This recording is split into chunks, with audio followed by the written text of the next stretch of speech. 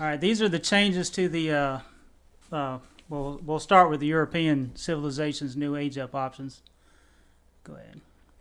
All right, the first one is the logistician, and Tim just talked about it just for briefly in the previous segment. It's different for every European civ.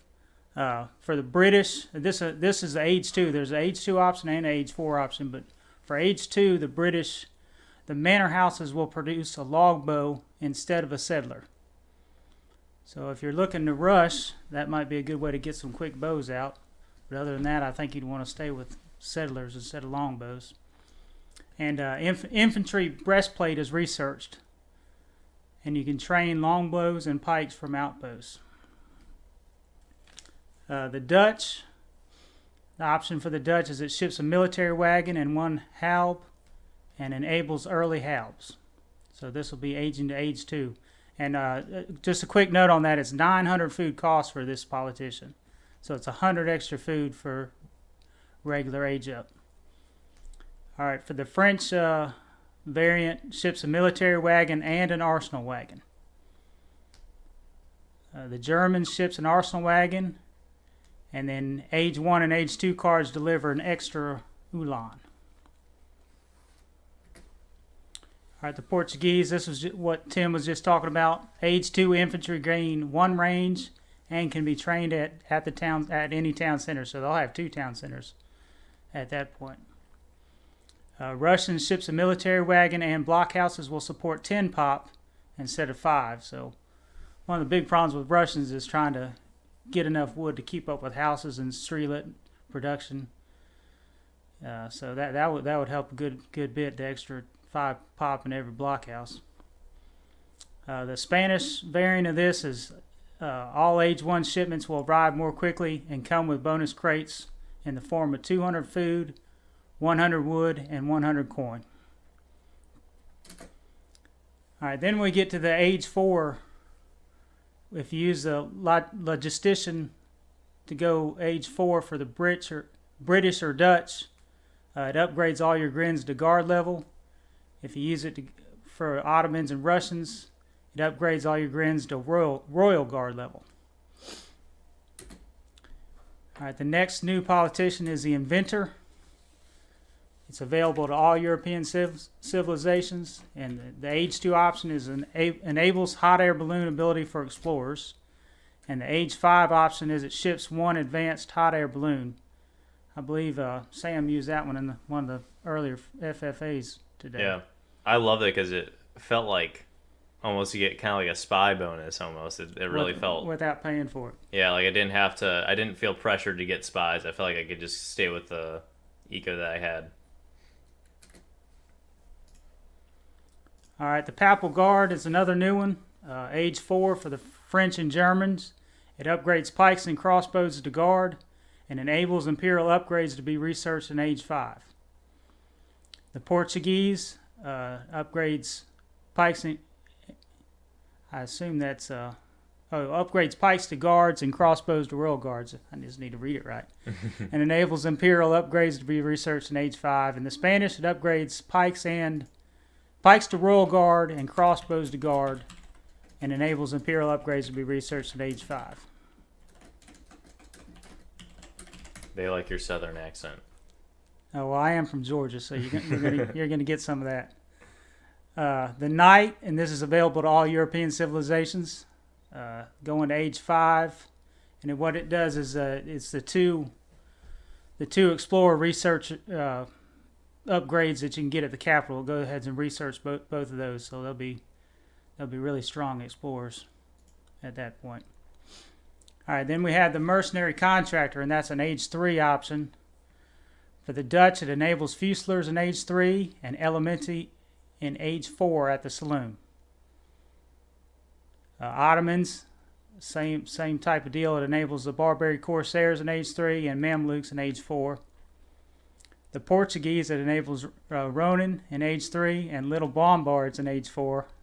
That looks like a good card for ports. Mm-hmm. British enables Jaegers, and I don't know how to pronounce those guys, at the saloon for the Brits.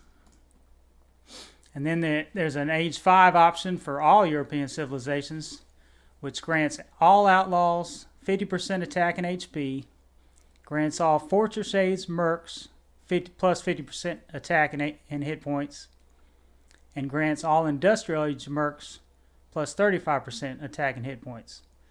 So finally, we may be able to see some merc action in Imperial Age. Yeah. And be able to hold their own now. All right, these are changes to all European existing age up options. They've tweaked some of them. The Bishop is no longer an age 2, it's an age 3 option, and ships a TC wagon, which I have found that one so far to be pretty useful. Mm-hmm. And I'm sure it'll be great for treaty players and the such. And it added the Bishop to France and the Dutch, but removed the Bishop from Portuguese, which they get a TC anyway. The Naturalist now ships 2 settlers, or 1 settler wagon, and 2 semi-fattened cows. The Scout is no longer an option for the French. The Philosopher Prince has been removed from the French and the Dutch. The Gentleman Pirate has been removed from the British and the Dutch and added to France. And those were to make room for some of the new options that we've already discussed. The number of units received have been changed for the following. This is, if you got, say, I think Spain got 4 pikes and 4 bows for 1 shipment. These just change those number of units you get. The Adventurer, the Mohawk Statesman, the Sergeant at Arms, the Cavalry Marshal, the War Minister, the Viceroy, and the General. So the number of units you used to get, you get normally just a few more than what was originally. All right, and then here's some changes for the native civs. The Aztecs, the Wise Woman grants an additional farm travois when aging to 2 and 3. And you get 15% instead of 10% to farm and plantation rates when aging to 4. The Elder now gains 20% and 30% war and noblehood attack and hit points when aging to 4 and 5 respectively. How do you say that? Haudenosaunee. Haudenosaunee. You can't say that from Georgia. The Warrior now grants a number of Aena or light cannons when aging to 2, 4, and 5. The Chief now grants an increased number of villagers when aging to 2 and 3. In the Lakota, the Warrior now grants a number of dog soldiers instead of axe riders. Love that.